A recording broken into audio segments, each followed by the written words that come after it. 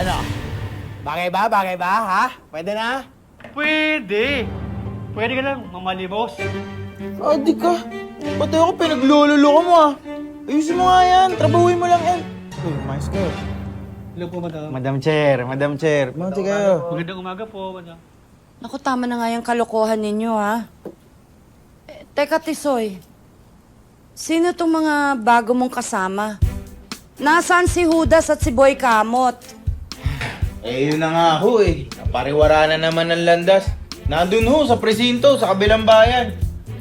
Pero ito na po yung mga bagong alaga ngayon. Sina Ebong, Bang, at Macho. Ayan. Yan ang bagong yugto ng 4 tagapalo. Naku, yan ang mga bago magpapasakit ng ulo ko.